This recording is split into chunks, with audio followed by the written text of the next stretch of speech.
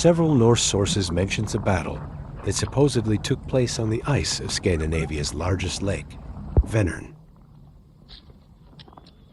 This 5,650 square kilometers big lake is located in Sweden, between the provinces Västergötland, Dale, and Värmland.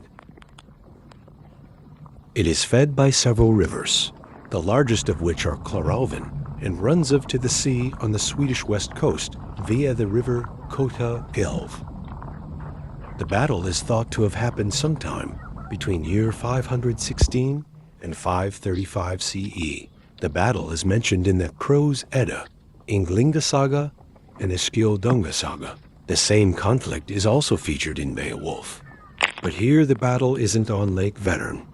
In Ynglinga Saga, it is told that the sphere had a king named Adils that went Viking. Adils and his herd came to Saxland. The king there was not in the kingdom, so Adils plundered his hall. Among the people was a peculiar and beautiful woman called Yrsa.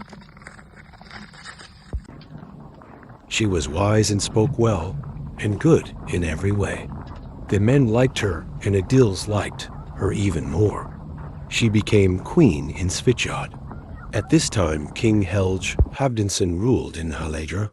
He came to Svitjod with a large host. King Adils could do nothing but flee. Helge looted the land and took Yrsa as a prisoner back home and married her. They had a son together called Rolf Kraki. When Rolf was 3 winters old, Queen Julav, the wife of Helge, came to Denmark. She told Yrsa that she was her mother and Helge her father. Yrsa left Denmark and went back to Svitjod, where she lived out the rest of her days. When Rolf Kraki was 8 years old, he was chosen as king in Hydra. King Adils was often in conflict with a king called Ali Hin Uplenski. He was from Norway. They fought a battle on the ice of Lake Vänern. Their ally fell, and Adils was victorious.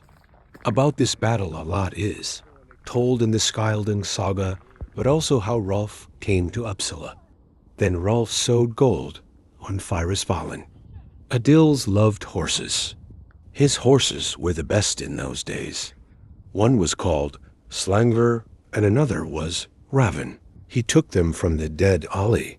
From them, a horse called Raven was sired. This horse he gifted to King Gudjist in Hålogaland.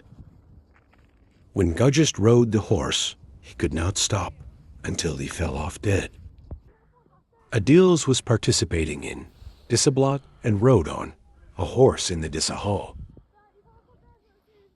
The horse stumbled under him and fell. The king also fell and hit his head on a stone. His head cracked and the brain flowed over the stone. It became his death. He died in Uppsala and rests in a mound there. The skald Jodulf said, "Dat fraken att Adils fjörvi vita vetter av vida skyldig och dodjarn av Drasilsbogum freis åttungur falla skyldig. Och vid aur ägergärna bragningsburs och blandinvard och dagsel deja skyldig åla dolgor att Uppsalum." In the Prose Edda, it says, there was a king in Uppsala. That was called Adils.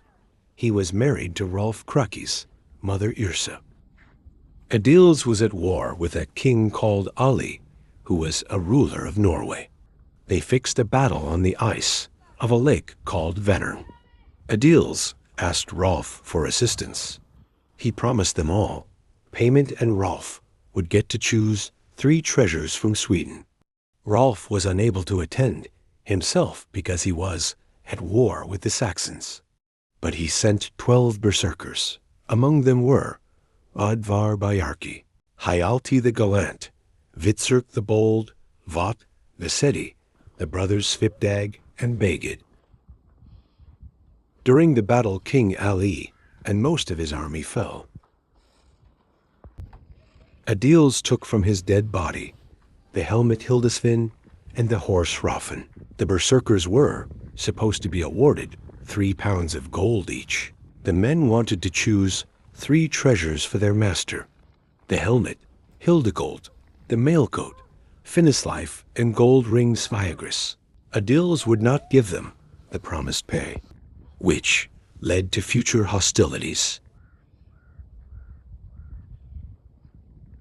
In Beowulf, the participants in this battle have slightly different names. Adils, Eadgils, Otter, Othir, Adil's father, Ali, Onella. How much that is actual history and what is myth will never be known. But the lake's location as a border between Norway and Västergötland, a kingdom closely associated with the Swedes, may have made it a site of conflict. In contrast, the lake's Old Norse name Vänern is thought to come from the word van, meaning beautiful, which still is true for us that live along the shores. Feel free to like and follow for more content.